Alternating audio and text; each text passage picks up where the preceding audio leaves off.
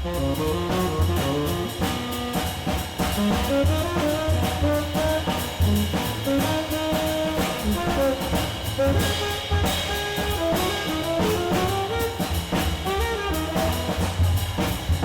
message from the Jess Brown Legacy. We would like to first of all take our hats off to the policemen in this country that exhibit outstanding integrity in their service. However, racial bias, bigotry, unfairnesses are continued today. Attorney Jess Brown fought the old Jim Crow practices, which included police framing blacks falsely. Corrupt police would plant drugs and weapons on blacks in order to purposely arrest and prosecute them.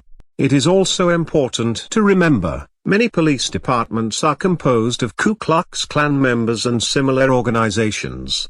Many replaced the sheets with police uniforms. The practices you are about to observe, done by a small town in Alabama, reflects why Attorney Jess Brown was so adamant in representing his clients vigorously. These corrupt practices have permeated for generations, in which they are consistent with the new modern-day Jim Crow. Listen carefully. We see a story that comes out of basically from the Alabama Justice Project, which has obtained documents that reveal that the Dothan, Alabama Police Department,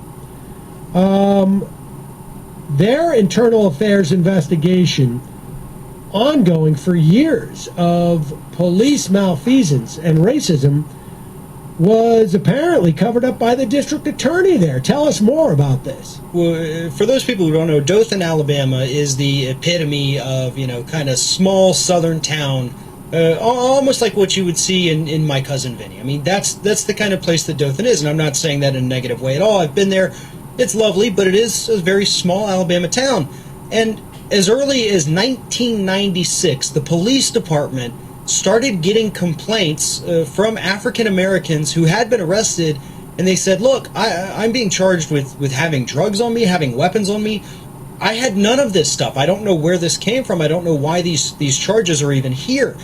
So 19 years ago, they start hearing these complaints, and they decide 2 years after that, in 1998, when you finally had a group of white police officers come forward and say, look, I've witnessed some officers here planting guns, weapons, knives, and drugs on African-American suspects. But here is where the story gets even worse, even for Alabama, because it's bad enough that they're planting these things on African-American suspects just to be able to arrest them. Many of these people are still in jail, even though these charges were completely untrue. But it turns out that all of the officers doing this are part of a group that the Southern Poverty Law Center has labeled as racial extremists. They were all neo-Confederates, borderline neo-Nazis, who believed that African Americans and Jewish people had lower IQs, were less, I guess, of humans than regular white people, according to these police officers. And these are the people running that police station there in Dothan. One of them goes on to become the Alabama Homeland Security chief. I mean, these people, we talk about what happened in Chicago, talk about what happened in Baltimore, St. Louis, Alabama. This racism is persistent throughout almost all, there's nowhere that's immune to it, I guess is what I'm trying to say here. But this Dothan story is truly ugly because we have a police department that is being run by neo-Confederate racists, putting black people in jail for crimes that they did not commit. We know they did not commit them, and yet those people are still, to this day, rotting away in a jail cell.